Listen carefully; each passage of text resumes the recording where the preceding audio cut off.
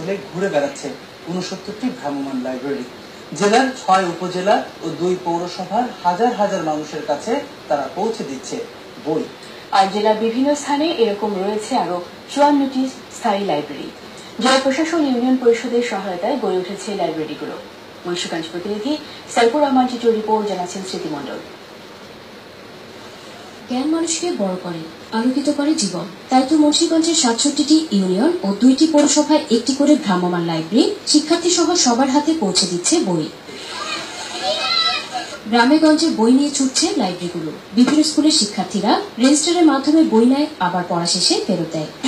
বইটা পড়ছি, আমার এটা খুব ভালো লাগছে। আমার এর মধ্যে আমার কাছে অনেক ভালো লাগে।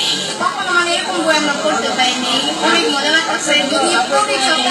আরো ভালো লাগছে। জেলার প্রতিটি ইউনিয়নের নিজস্ব অর্থায়নে ও জেলা প্রশাসকের সহযোগিতায় চলছে লাইব্রেরিগুলো।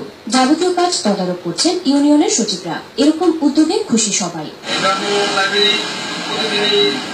স্কুলে এবং গ্রামের অলিগলিতে যায় এবং কোমলমতি শিশু সহ সর্বস্তরের মানুষের কাছে বই দিয়ে আসে। শিশুদের যে মেধা বিকাশ, তাদের মধ্যে যে কোনো একটা ভাব, এটা বিকাশের ক্ষেত্রে খুবই একটা ভালো পদক্ষেপ। বিভিন্ন স্কুলের যে বাচ্চাদের পড়াশোনার প্রতি যে আগ্রহ, সেটা আরো বাড়িয়ে দিয়েছে।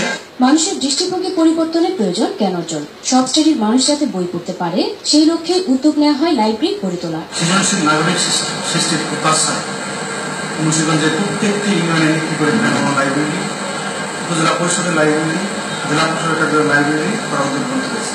এ ধরনের উদ্যোগকে স্বাগত জানিয়ে অনেকেই ব্যক্তি উদ্যোগে লাইব্রেরি গড়ার কাজে এগিয়ে এসেছেন। স্মৃতিমণ্ডল, ২১শে টেলিভিশন।